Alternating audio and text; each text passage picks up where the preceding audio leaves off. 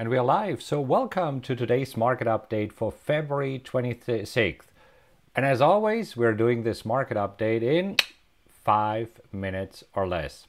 Actually, today I don't think that we even need 5 minutes. Pretty uneventful today in the markets. We'll take a look at it in a moment. However, there were two stocks that were in the spotlight today, and we're going to talk about that. Anyhow, so let's jump over to the charts. Here is where you see what the Dow Jones did today. Not a whole lot going on. Opened lower, went up and down and up and down. And overall, as you can see, down 34 points, which for the Dow is pretty much nothing.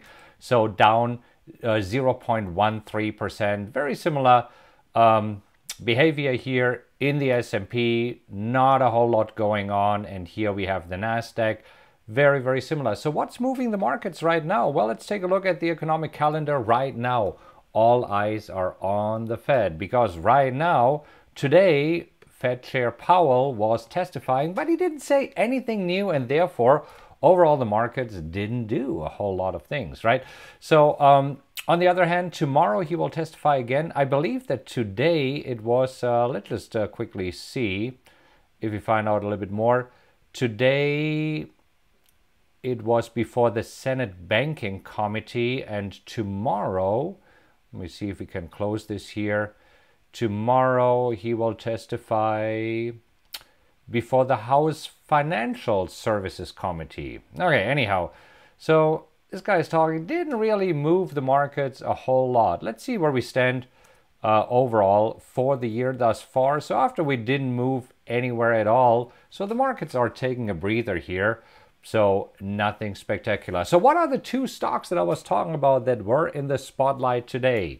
Stock number one, Tesla. It's not really the stock that was in the spotlight. No, who was in the spotlight again? It was its chairman, Elon Musk.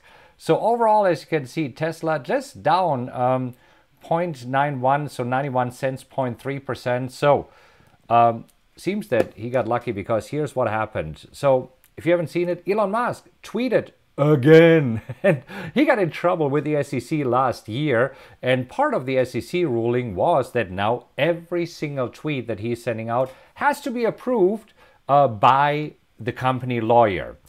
And it turns out that yesterday he sent a tweet that was not approved. So he basically revised the outlook where he said, well, we're going to produce 500,000 cars. And then he said on Twitter, scratch this, probably more towards 400,000 cars. And of course, this information that can move the stock, right? This was an unapproved tweet. And so the SEC right now says, well, we want to hold him in court or what for contempt of court. So anyhow, the war against Elon Musk and SEC continues. This is why I stay away from trading stocks like Tesla. As you know, I'm using the software PowerX Analyzer to find the stocks that nobody else knows about. Because of course, right now, everybody is nervous. Who wouldn't, right? I mean, if Elon Musk is again kind of out of control, right? Tweeting in the middle of the night. I don't even know when he fired up the tweet and really making the SEC mad. You don't want to necessarily, if you are a publicly traded company, get in trouble with the SEC. Anyhow, I promised you that we'll also talk about another stock that was in the news today, and that was Weight Watchers. Weight Watchers today lost almost 30%, 29.74%. So they had a horrible earnings report. And as you can see, went all the way down from, what was it, close to $29 all the way down to $20. So this is another reason why I stay away from these mainstream stocks and really focus more on stocks where nobody cares about earnings, right?